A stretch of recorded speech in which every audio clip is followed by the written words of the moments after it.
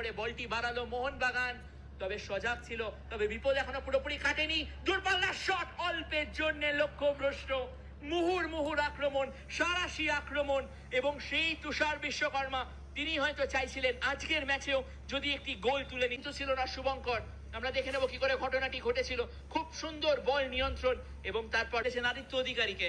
আদিত্য জায়গা খুঁজছেন, ক্রস বানালেন, বলটিকে নিয়ন্ত্রণ করলেন, দারুণ সাইড ভলি। মোহনবাগান আরেকটি শট, ফিরতি বলে যে শট, আবারও প্রস্তুত ছিলেন। আমরা দেখে নেব আদিত্য অধিকারী যেভাবে বলটি সেট করে দিয়েছিলেন, দুর্দান্ত রিসিভ, এবং যে অন দ্য টার্ন শটটি নিলেন তুষার বিশ্বকর্মা, জায়গা সৃষ্টি করেছেন, দারুণ ক্রস, দারুণ ফাস্ট টাচ, বলতে বলতে সেকেন্ড পোস্টে সুযোগ ছিল, এবং আরেকটি সুবর্ণ সুযোগ হারালো মোহন।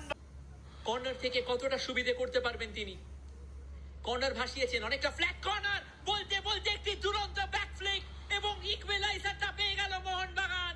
অনেকক্ষণ ধরে মাঝখানটা একটা ফেজে আক্রমণে যাচ্ছিল, কর্নার কিক একটু ভ্যারিয়েশন, ও লাভলি টার্ন, এবং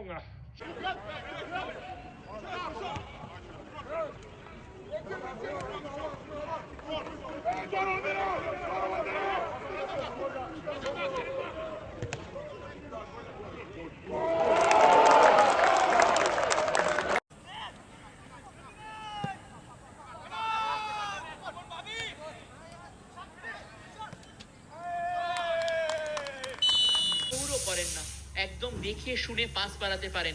আরেকটা দুরন্ত ফরওয়ার্ড বল সেই বাদিক থেকে, সেই বলটি ভালো নিয়ন্ত্রণ, দেখা যাক বাদিক থেকে খুব সুন্দর সেট আপ, গোল আসতেছে। মোহনবাগানের ব্রহ্মাস্ত্র, এবং সেই ব্রহ্মাস্ত্র সময় মতো নিক্ষেপ করেছে কিন্তু মোহনবাগান।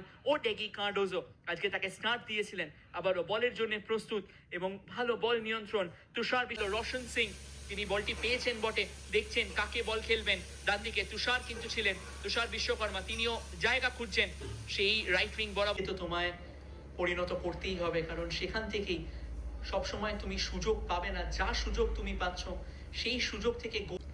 মোহনবাগানের যে দুজন খেলোয়াড় পরিবর্তন হয়ে এসছেন দ্বিতীয়বার্তে, প্রথম পরিবর্তনে তুষার বিশ্বকর্মা এসেছিলেন, সঙ্গে ছিলেন শিবম মন্ডা। ডান দিক থেকে আবারও আক্রমণ মোহনবাগানের, মুহুর আক্রমণ শোনাচ্ছে মোহনবাগান, সেই ডান প্রান্তটাকে ব্যবহার